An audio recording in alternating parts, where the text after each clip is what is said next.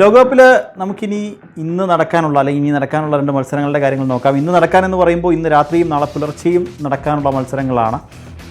ഈ 2 മത്സരങ്ങളും തമ്മിലൊരു പ്രത്യേകതയുണ്ട്. കാരണം 2 മത്സരങ്ങളിലും ഹോം ടീമുകൾ മത്സരിക്കാൻ ഇറങ്ങുന്നുണ്ട് എന്നുള്ളതാണ്. ഇന്നിനി രാത്രി നടക്കാനുള്ള മത്സരത്തിൽ കാനഡയും നാളെ പുലർച്ചെ നടക്കുന്ന മത്സരത്തിൽ അമേരിക്കയും USA-യും മത്സരത്തിനായി പോരാട്ടത്തിന് വേണ്ടി ഇറങ്ങുന്നുണ്ട് എന്നതാണ് ഏറ്റവും ശ്രദ്ധേയം. ഇന്നിനി രാത്രി നടക്കാനുള്ള മത്സരം ഗ്രൂപ്പ് ബിയിൽ നിന്നാണ്. ഗ്രൂപ്പ് ബിയിൽ കാനഡയും ഒപ്പം ബോസ്നിയയും തമ്മിലൊരു പോരാട്ടത്തിലാണ് ഇന്ന് എന്തായാലും കളം ഒരുങ്ങുന്നത് എന്നുള്ളതാണ്.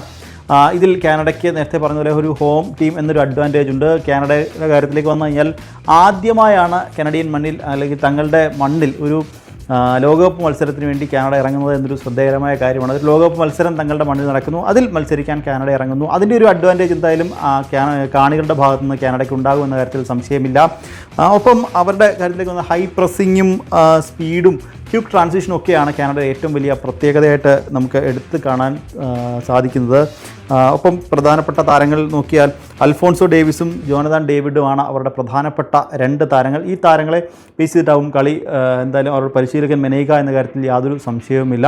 അപ്പോൾ ഈ ഒരു രണ്ട് താരങ്ങളെ ബേസ് ചെയ്തിട്ടായിരിക്കും. ഒപ്പം എതിർ ടീമിലേക്ക് വന്നു കഴിഞ്ഞാൽ അവരുടെ ഒരു പ്രധാനപ്പെട്ട നോട്ടപ്പുള്ളികൾ ഈ 2 താരങ്ങളാകും എന്ന കാര്യത്തിൽ സംശയമില്ല.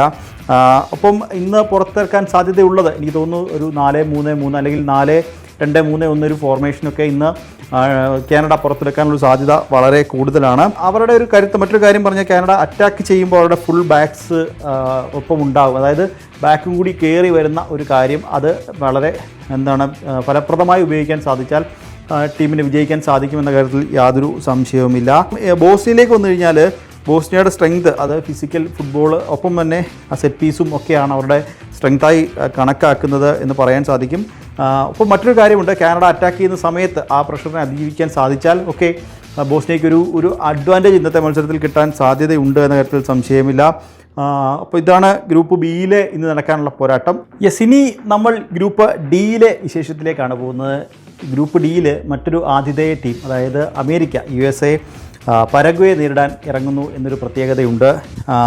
ഈ പറഞ്ഞതുപോലെ അമേരിക്ക USA ഒരു ഹോസ്റ്റ് നേഷനാണ്. അപ്പോൾ അതുകൊണ്ട് തന്നെ സ്വന്തം കാണികൾക്ക് മുന്നിൽ കളിക്കാൻ ഇറങ്ങുന്ന അമേരിക്ക USA-ക്ക് ഒരു വലിയ അഡ്വാൻറ്റേജ് ഉണ്ട്. ഈ ഒരു ഹോം നേഷൻ എന്നൊരു അഡ്വാൻറ്റേജ് ഒക്കെ എന്തായാലും അമേരിക്കയ്ക്കുണ്ട്. അപ്പോൾ അതുകൊണ്ട് തന്നെ ഇന്നിറങ്ങുന്ന അമേരിക്കയ്ക്ക് മത്സരത്തിൽ ഒരു പടി മുൻതൂക്കമുണ്ട് എന്ന കാര്യത്തിൽ സംശയമില്ല. ഇനി പരഗ്വയുടെ കാര്യത്തിലേക്ക് വന്നു കഴിഞ്ഞാൽ പരഗ്വയെ അമേരിക്കയ്ക്ക് എതിരെ ഇറങ്ങുന്നു എന്ന് പറയുമ്പോൾ 16 വർഷത്തിന് ശേഷമൊക്കെയാണ് പരഗ്വയെ ഒരു ലോകകപ്പ് മത്സരത്തിലേക്ക്, ഒരു ലോകകപ്പ് വേദിയിലേക്കൊക്കെ എത്തുന്നത്.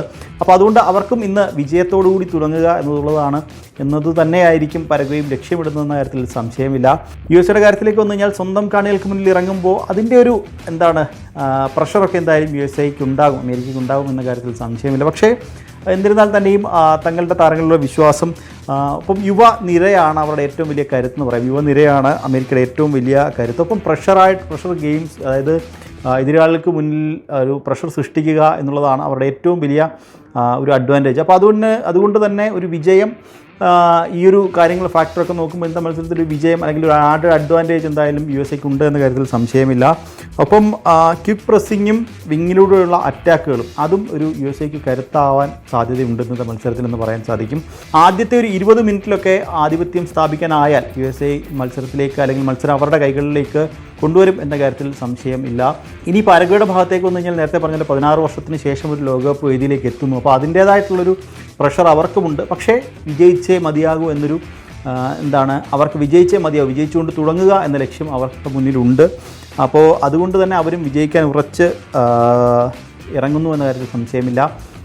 അവരുടെ ഭാഗത്തേക്ക് വന്നു കഴിഞ്ഞാൽ പരമാവധി അറ്റാക്കിംഗ് ഫുട്ബോളിലെ അല്ലെങ്കിൽ പരമാവധി അറ്റാക്ക് ചെയ്ത് കളിക്കുക എന്നുള്ളത് തന്നെയാണ് അവരുടെ പ്രധാനപ്പെട്ട ലക്ഷ്യം, അല്ലെങ്കിൽ അവരുടെ ഒരു ഗെയിം പ്ലാൻ അങ്ങനെ ആകും. അതായത് ബോൾ കൂടുതൽ USA-യുടെ കയ്യിലാണെങ്കിൽ പോലും കിട്ടുന്ന അവസരങ്ങളൊക്കെ പരഗ്വേ മുതലാക്കാനുള്ള സാധ്യത വളരെ കൂടുതലായിട്ടുണ്ട്. ഒപ്പം പരഗ്വയുടെ കാര്യത്തിലേക്ക് വന്ന മറ്റൊരു കാര്യം കൂടിയുണ്ട്. എതിർ ടീം വരുത്തുന്ന പിഴവുകൾ അത് കൃത്യമായി മുതലാക്കാൻ പരഗ്വയ്ക്ക് പലപ്പോഴും സാധിക്കാറുണ്ട്. അപ്പോൾ അത് ഈ ഒരു ലോകകപ്പിലും അവർക്ക് വലിയൊരു മുതൽക്കൂട്ടാകും എന്ന കാര്യത്തിൽ സംശയമില്ല. അപ്പം 2 ടീമുകൾ തമ്മിൽ ഇറങ്ങുന്നു. ഒരു ടീമിന് ഒരു ഹോം ടീമിന് അഡ്വാൻറ്റേജ് ഉണ്ട്. പക്ഷേ എന്നിരുന്നാൽ തന്നെ ഇപ്പം ഇന്ന് നാളെ ടീം ഇറങ്ങുന്നില്ല. ഇന്ന് കാനഡയ്ക്കാണെങ്കിലും നാളെ അമേരിക്കയ്ക്കാണെങ്കിലും ഒരു ഹോം ടീമിൻ്റെ അഡ്വാൻറ്റേജ് ഉണ്ടെങ്കിൽ പോലും കളിക്കളത്തിലെ പ്രഷർ അതിനെ അതിജീവിക്കുന്നവർ എന്തായാലും വിജയിക്കും എന്ന കാര്യത്തിൽ സംശയമില്ല. അപ്പോൾ ഇന്നത്തെ ഈ ഒരു വേൾഡ് കപ്പ് അപ്ഡേറ്റ്സ് അതിവിടെ പൂർണ്ണമാവുകയാണ്. This is Emini Kumar signing of.